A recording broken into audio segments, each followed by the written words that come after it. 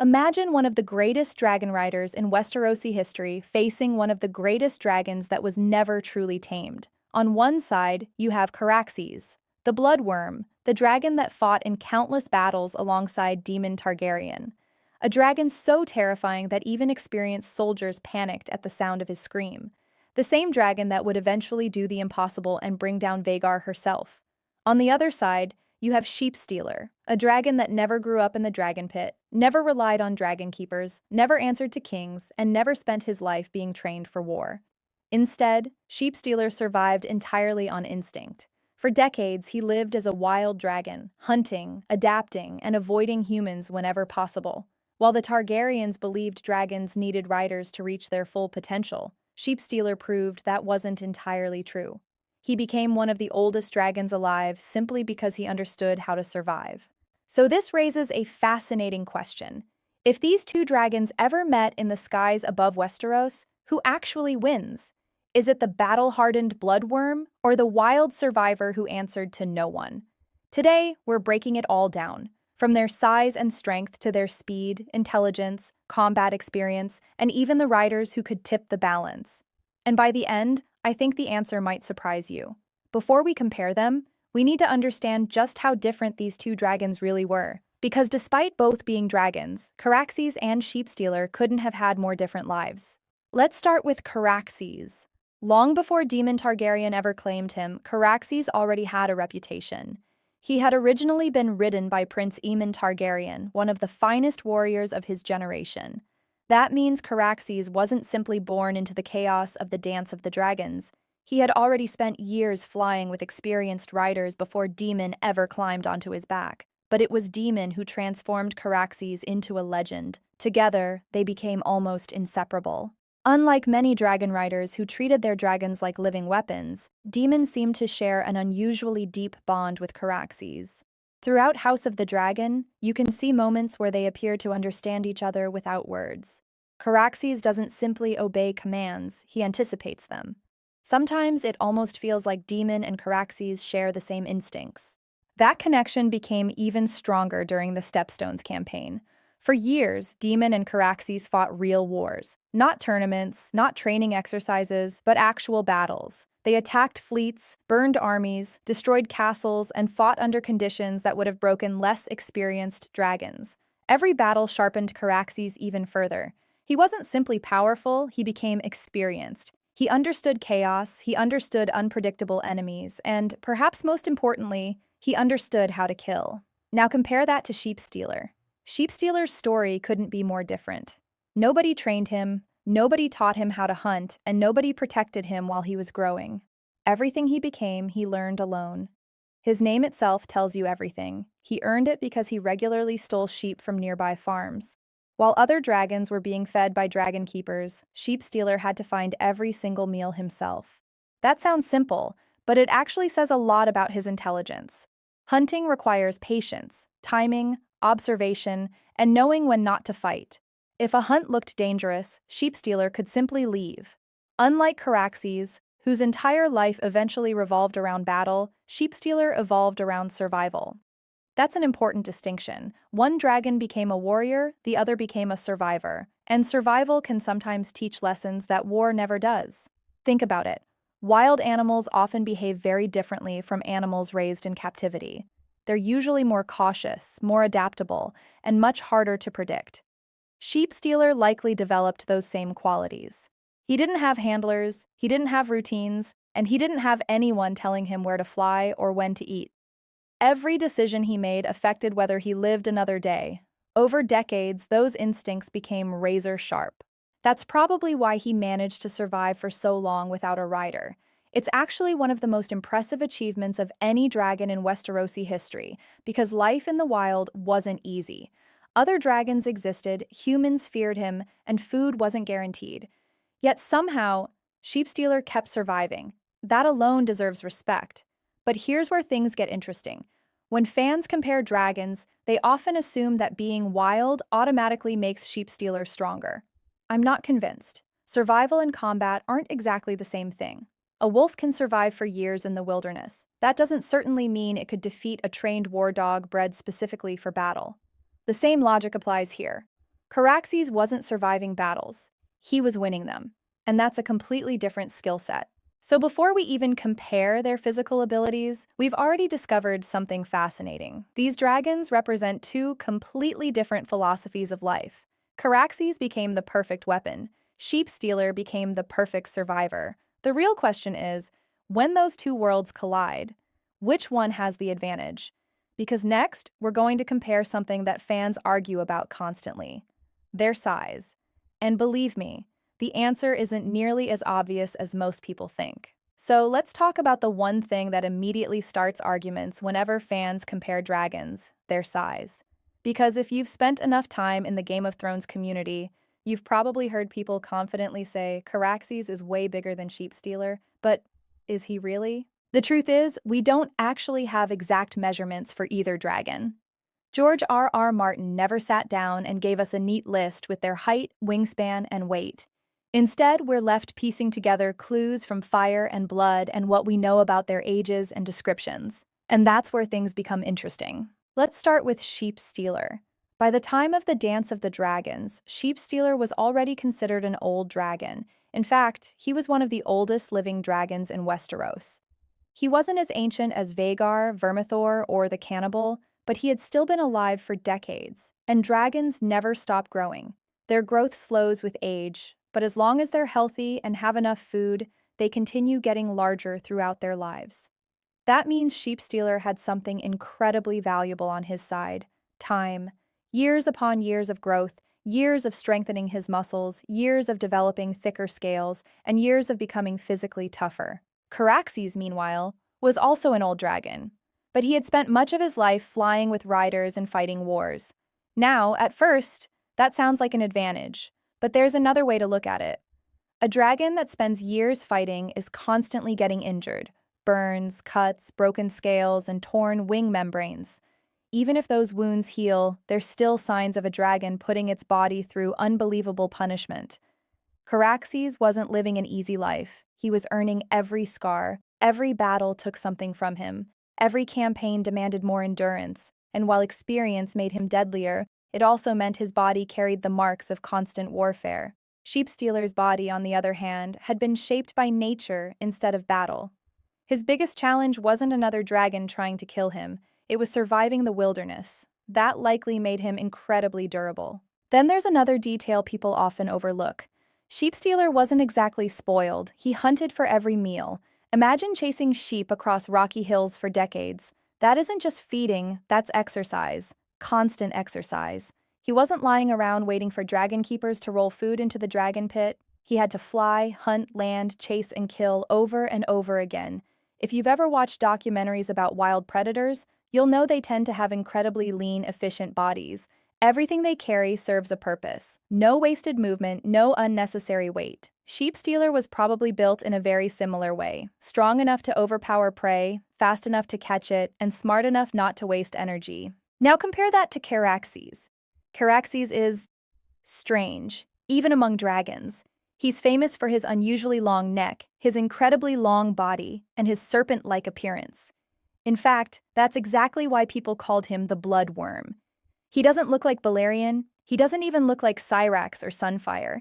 He almost resembles a massive flying snake with wings. At first glance, that might actually seem like a disadvantage. Wouldn't a longer body make him awkward? Wouldn't it make him slower? Actually, it's probably the exact opposite. Think about real snakes. One of the reasons they're such effective predators is because they can twist and strike from angles that other animals simply can't.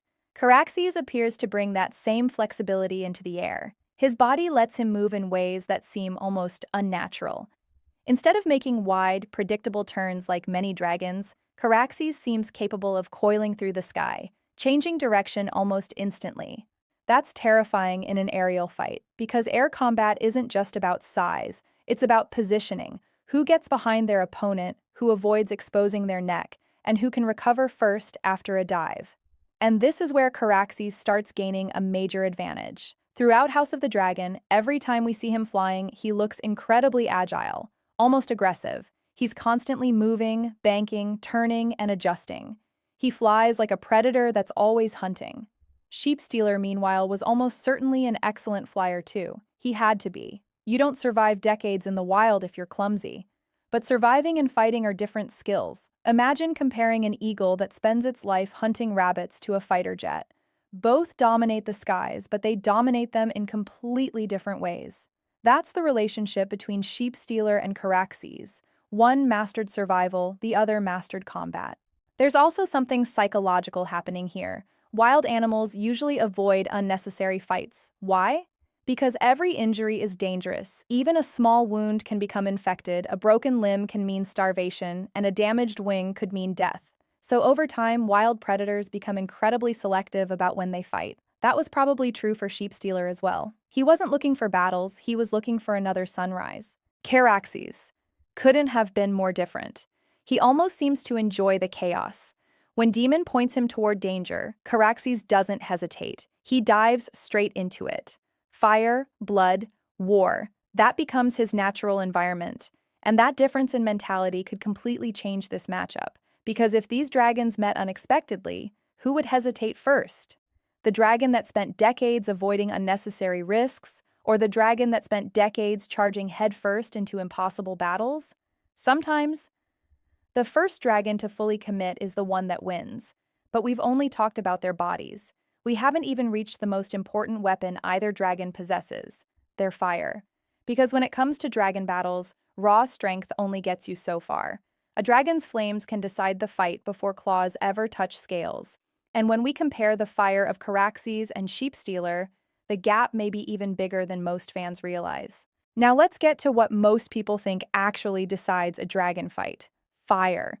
Because no matter how strong a dragon is or how fast it can fly, every dragon's greatest weapon is still the inferno pouring from its mouth. And on paper, this category seems impossible to judge. After all, we never actually see Sheepstealer fighting another dragon. Unlike Caraxes, Sheepstealer doesn't have a long list of battles where we can compare his flames against other dragons. So does that mean his fire was weaker? Not necessarily. In George R.R. Martin's world, a dragon's fire generally becomes more powerful as the dragon ages. Older dragons can unleash larger, hotter, and more sustained blasts than younger ones.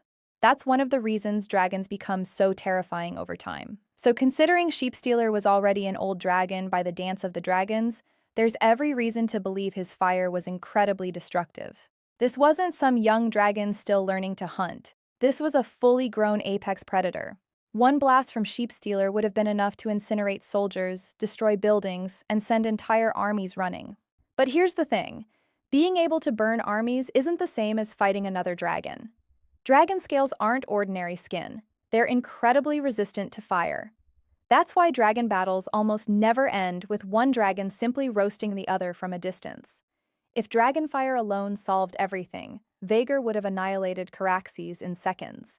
Instead, what usually happens is much more brutal. The dragons close the distance. They bite, they claw, they wrap themselves around each other, they try to tear wings apart, and they go for the neck. Fire becomes just one part of a much larger fight. And that's exactly where Caraxes shines. By the time of the dance, Caraxes had already spent years fighting in real battles. He wasn't just used to breathing fire, he understood when to use it. He understood how to pressure an opponent, how to force mistakes, and how to keep attacking without giving the enemy time to recover. That's something experience teaches, not instinct. Think about two professional boxers. One might hit harder, but the other knows exactly when to throw the punch. More often than not, it's the second fighter who wins. Caraxes feels like that second fighter. Every movement has purpose. Every attack builds toward the next. And then there's his aggression. This is probably Caraxes' most dangerous weapon.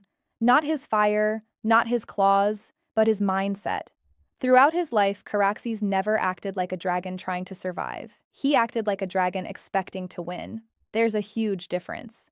Some animals fight only when cornered, while others become even more dangerous when they sense resistance. Caraxes belongs in that second category. He doesn't back away because an opponent is larger. He proved that against Vhagar. Just think about how insane that fight really was. Vhagar wasn't just bigger than Caraxes, she absolutely dwarfed him. She was the oldest, largest, and most experienced dragon alive. If anyone had looked at those two dragons side by side before the battle, almost everyone would have predicted the same outcome. Caraxes dies. Instead, Caraxes launched himself straight at a dragon that outweighed him by an enormous margin. He wrapped himself around her, ignored the danger, ignored the pain, and kept fighting until both dragons came crashing out of the sky. Whether you see that battle as a draw or as Caraxes accomplishing the impossible, one thing is undeniable. He never allowed fear to dictate the fight. That's an incredibly difficult quality to overcome. Now imagine Sheepstealer seeing that kind of aggression for the first time. Would he stand his ground? Maybe. But history suggests wild predators usually don't. Again, that's not cowardice, that's survival. If an animal senses that a fight isn't worth the risk, it often retreats because surviving today means hunting tomorrow. Caraxes doesn't think that way. He seems willing to trade everything for victory, and that's exactly what makes him so dangerous. But before we hand this fight to Caraxes, there's one area where Sheepstealer may actually have the advantage: intelligence. Not the kind of intelligence that comes from training, but the kind that comes from surviving alone for decades. Because while Caraxes learned from riders, Sheepstealer learned from nature itself. And sometimes, nature creates the deadliest hunters of all.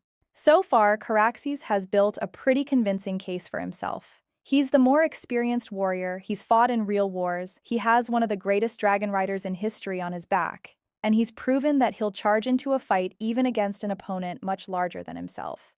But here's where things start to get a little more complicated, because not every battle is won by the dragon that's the most aggressive. Sometimes, the smartest predator walks away alive, and that's where Sheepstealer deserves far more credit than he usually gets. Think about his life for a second. Every dragon living in the dragon pit had an advantage. They had handlers feeding them, they had guards protecting them, they had a roof over their heads, and they had a rider to guide them. Sheepstealer had none of that.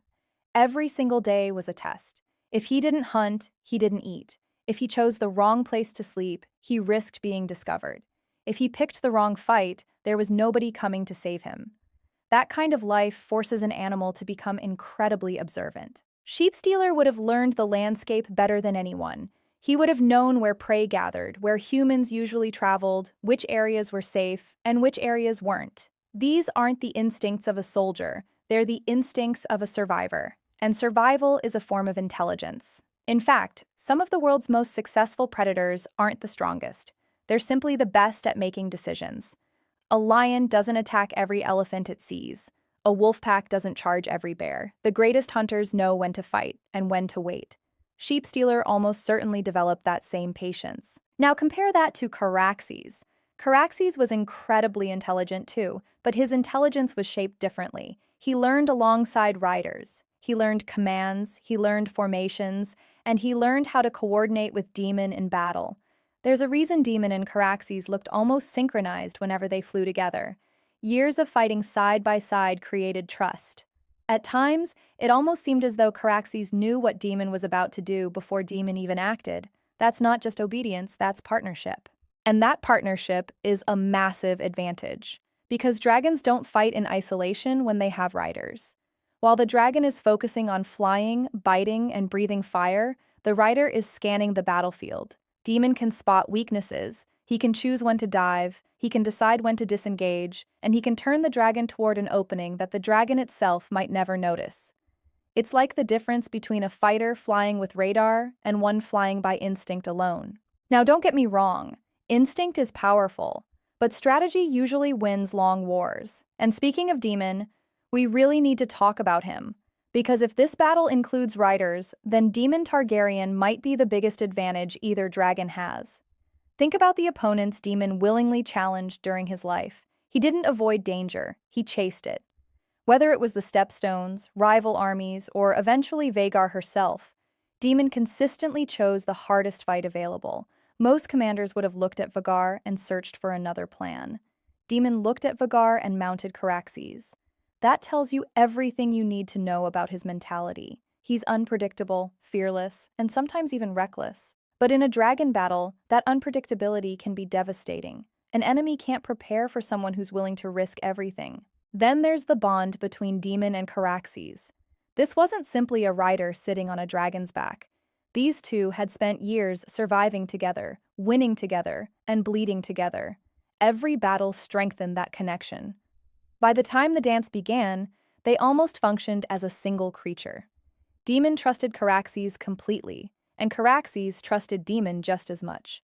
That's incredibly difficult to overcome. Now let's look at Sheepstealer. In the books, Sheepstealer eventually accepts Nettles as his rider, not because she forces him into submission, but because she patiently earns his trust by bringing him freshly killed sheep every single morning.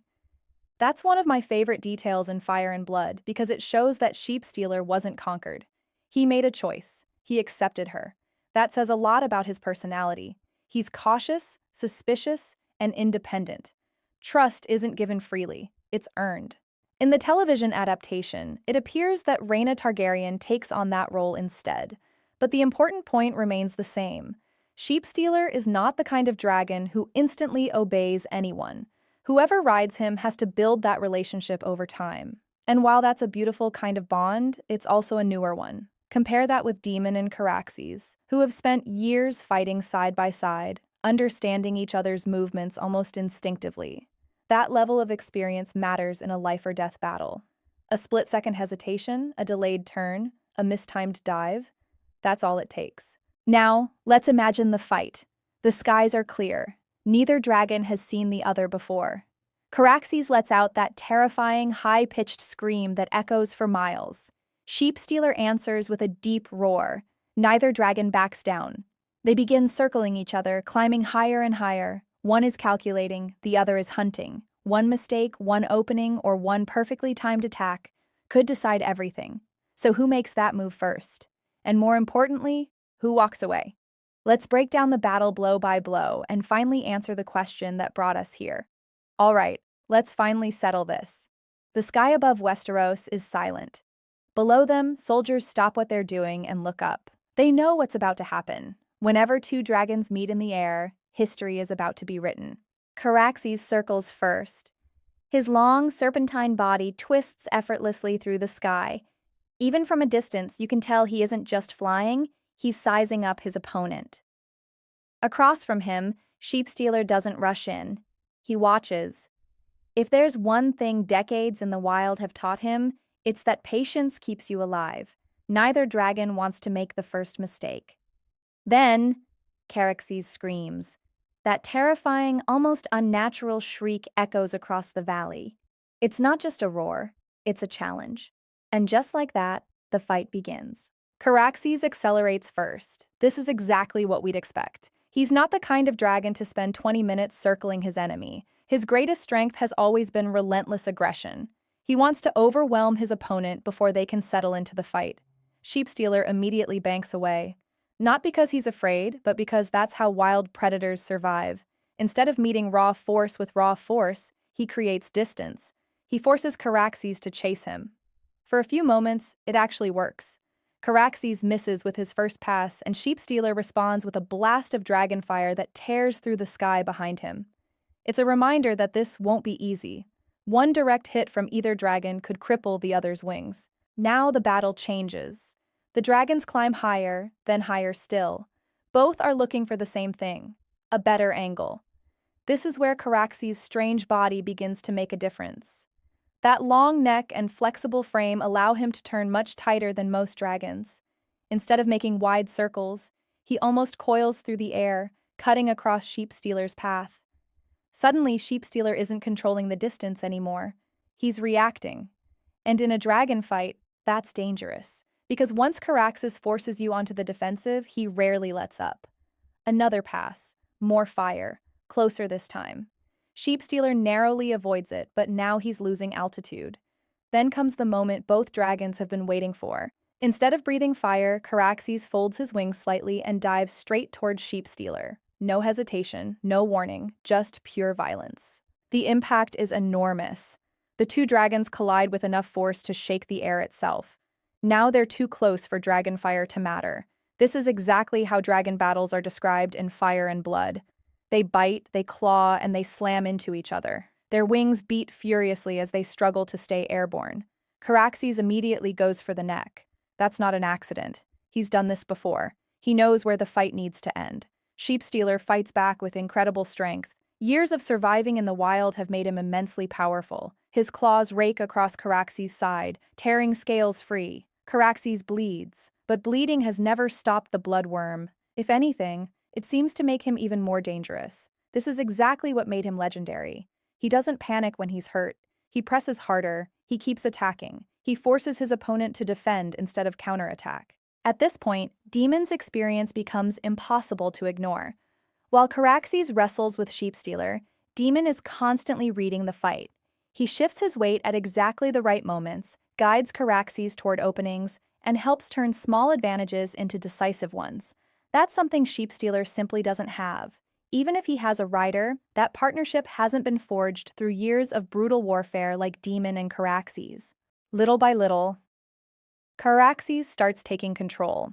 Not because he's stronger and not because he's bigger, but because every movement has purpose. Every attack builds toward the next one. Eventually, Sheepstealer makes the one mistake he can't afford. As he pulls away to create distance, Caraxes refuses to let him go.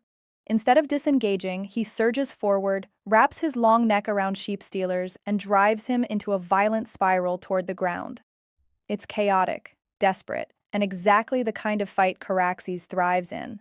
The closer the battle becomes, the more dangerous he is. Could Sheepstealer still win? Absolutely. Let's not pretend this would be a one-sided fight. If Sheepstealer lands the first devastating bite, if he cripples one of Caraxes' wings, or if he manages to keep the fight at longer range instead of allowing Caraxes to grapple, the outcome changes completely. That's why I don't think this is a 10 out of 10 matchup. Far from it. Sheepstealer is one of the most underrated dragons in Westerosi history. He survived for decades without dragon keepers, without castles, without armies, and without anyone protecting him. That alone proves he was intelligent, adaptable, and incredibly resilient. Most dragons wouldn't have lasted, he did. But surviving isn't the same as defeating the greatest war dragon of his generation. When I compare every category, combat experience, aerial maneuverability, partnership with a rider, aggression, and proven success against other dragons, I keep coming back to the same conclusion. Caraxes has the edge. Not a massive edge, but a clear one. If these two fought 10 times, I think Caraxes wins about 7 or 8 of those battles. The other 2 or 3? Those belong to Sheepstealer, because under the right circumstances, any experienced dragon can kill another. That's one of the biggest lessons George R.R. Martin teaches us. Dragons aren't invincible. Even the strongest among them can fall. Vhagar fell, Meleys fell. Sunfire was nearly destroyed multiple times, and Caraxes himself paid with his life after defeating Vhagar. In Westeros, victory often comes at a terrible cost. So while I believe Caraxes is the more likely winner, he doesn't fly away unscathed. If he defeats Sheepstealer, he'll probably carry those scars for the rest of his life. And honestly, that's the perfect way to describe the Blood Wyrm. He wasn't the biggest dragon, he wasn't the most beautiful, and he wasn't even the strongest. But when the fight became brutal, and when everything was on the line, there were very few dragons in history you'd rather have fighting beside you than Caraxes. But now I want to hear your opinion. Who do you think wins this battle? Is the Blood Wyrm simply too battle-hardened to lose? Or do you think the wild instincts of Sheepstealer are enough to pull off one of the biggest upsets in Westerosi history? Let me know down in the comments. I can't wait to see who you think comes out on top.